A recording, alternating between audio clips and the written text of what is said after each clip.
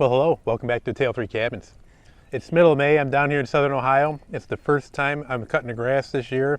It took me a little while to get down here. I was hoping to get down here a little bit earlier. The grass got pretty long and I went to start my mower up and I could not get it started. I think there's something wrong with the starter, the solenoid, the battery. I've tried everything. Tried jumping it with my car, tried bypassing the solenoid, going directly to the starter, and I think it was just time to say goodbye to that lawnmower. So around 5 o'clock this evening I started scrambling. I called my wife Karen, actually texted her because I can't make a phone call out here, and told her to start looking in Marietta for some riding mowers and that I would contact her once I got on the freeway. So I got on the freeway heading for Marietta, and my wife told me that there's really not a good stock at Lowe's or Home Depot, which is across the river in Parkersburg. But I stopped at a Bridgeport Equipment, and they have a lot of John Deere tractor stuff there. And they carry a lot of John Deere lawnmowers. And I picked up this John Deere 120. They loaded up a half hour later. I was on my way back here. I started cutting the grass about 6 o'clock this evening. It's about 8:30, the sun had just set. So at least I got that in. I'm gonna stay overnight now and take care of a few other things in the morning. I'm probably gonna have to load up the old lawnmower too and get rid of that somewhere. So I've always been patching up this mower, doing a lot of work on it, and just to try to keep it going. I bought it from somebody used, $300, an old Craftsman mower, and it worked pretty good out here for a while. But it's seen better days, and it was time to get something new, and hopefully I won't have worries when I come down here wondering if the mower is going to start or if I'm going to have an issue. One time I was mowing the grass with that Craftsman and the front wheel fell off. I had to kind of jerry-rig it to get the wheel back on and then bring it back home and fix it. So it'll be nice to have something new and reliable for a little while. So I'm just going to try to tie up some loose ends with this episode. A lot of little things that I just want to bring up, some with the tractor, some with just what's going on at home, some what's going on with over here. So the first thing I want to talk about is my bathroom. I started tearing my bathroom apart back in February, and I did get some comments on people saying I should do a whole video just on the bathroom, but I don't know how interesting that would be in the long run. I'm not a professional plumber or remodeler, so I don't know if you'd want to take tips from me on stuff like that anyways. But I started out tearing out the shower. We had a tub shower combo. We tore that out, tore out the drywall back to a certain point, and then we started putting in a shower surround, and we kind of ran into a snag with the drain part of it because the drain for shower is 2 inches and our tub is 1.5 inches. And we only had one shot of cutting the pipe down in the basement because there wasn't really much to work with, maybe about 2 inches of PVC to bring it back to a 2-inch, and we could add some elbows to it, get it re-vented. I employed the help of my neighbor. He was down below and I was up top, and we kind of tag teamed it and took care of that. I also took a stab at changing the water pipes. I went with PEX. I took the copper out. I put some new valves in, ran PEX up to the new shower. Thought I'd experiment a little bit in case we start rebuilding this place, and I'd probably end up putting PEX in here. Might be better with the colder temperatures if I'm not heating the place and if things freeze up by accident. So of course you put in a shower, then you got to start remodeling a little bit of everything else. We got the drywall back in, sanded it and painted that, painted the bathroom a whole different color. And then of course, well, the floor, gonna need to change the floor out, so we put a nice new floor in, a couple little other niceties, and the bathroom came out like so. So it might have took a little longer than I wanted to, but I don't like dealing with plumbing. Everything came out good and we're very happy with it.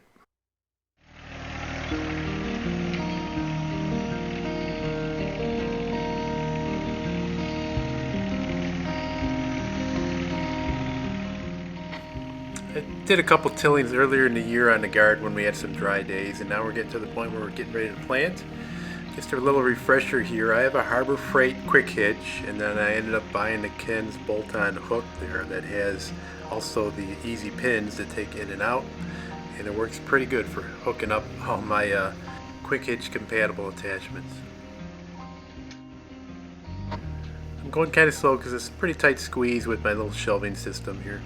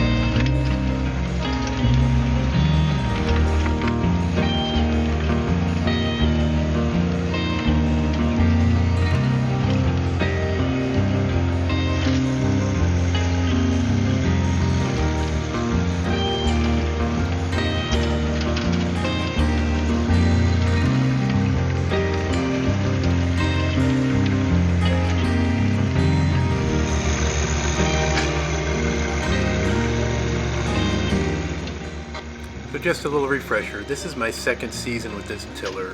I had a tiller before this. It was made by County Line. I got it from Tractor Supply.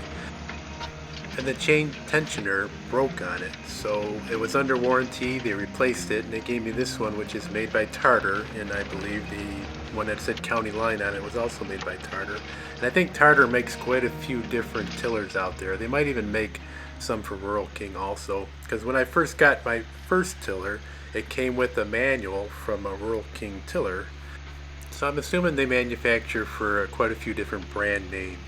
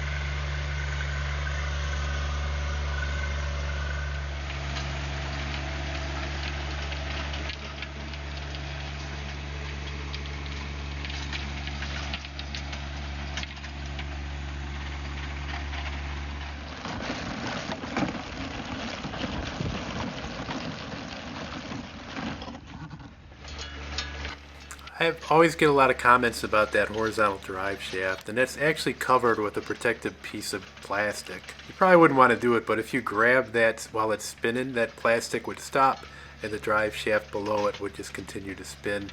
A lot of people think that that's open and that's the drive shaft itself, but it's not. It's just a protective covering.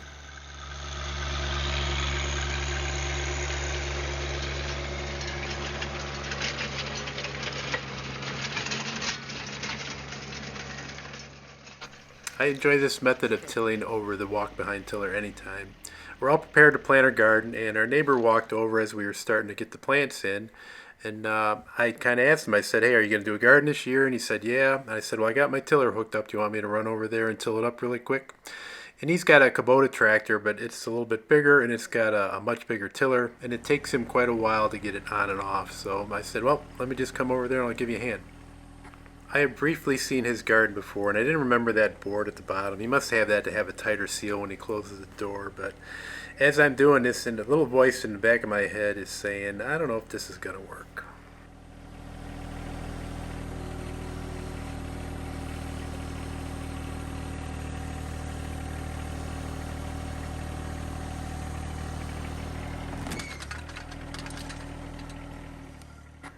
So I'm a little concerned right away because I know all the hydraulic connections for the front end loader are right there, and at first it looks like I might have bent them or maybe even severed them.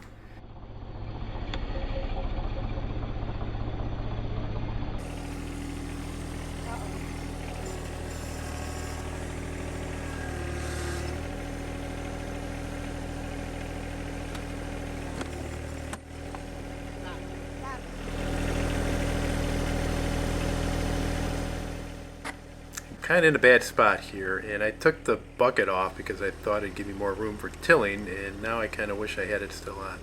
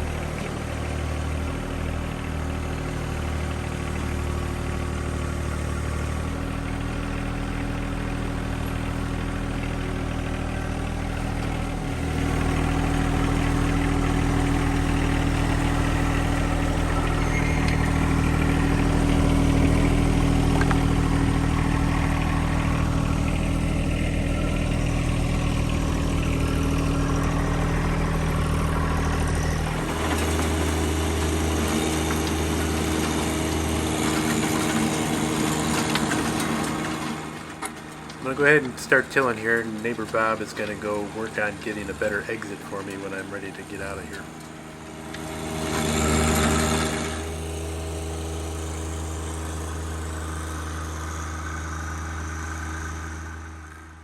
I did take a quick peek at the hydraulic lines and ran my loader arms up and down, and it doesn't appear to have any leaks over there.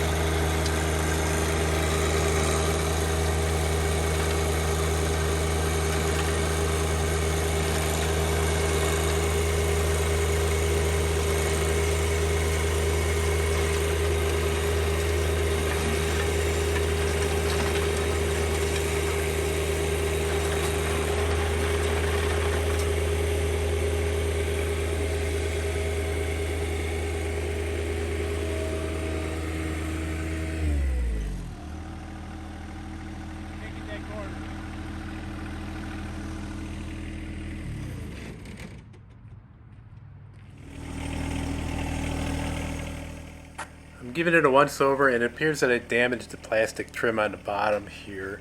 I don't really remember exactly how the hydraulic lines looked or if they had little bends in them or not, but looking at those, they seem to be alright and intact. They do have some bends in them, but that might be natural. The wood might not have even come over that far, but everything looks okay. It could have been a lot worse, I think. It could have hit the forward and reverse pedals. I could have snapped that because that's just plastic right there.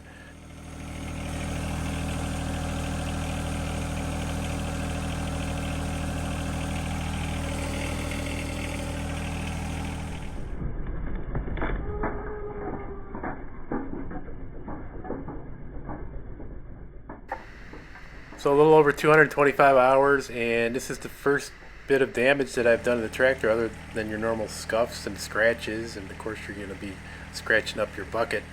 But I guess I can't complain too much after all I've done with this tractor.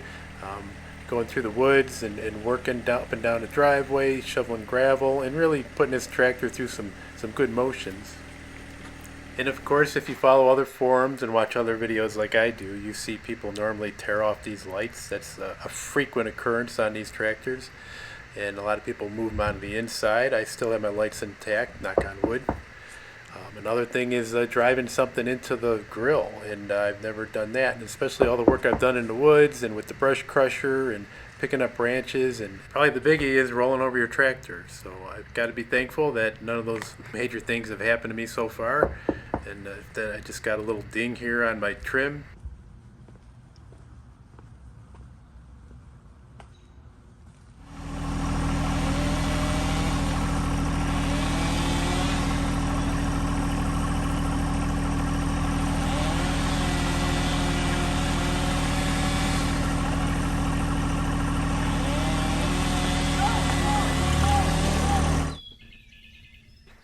Okay, I'm going to tie up that loose end and a couple others next week.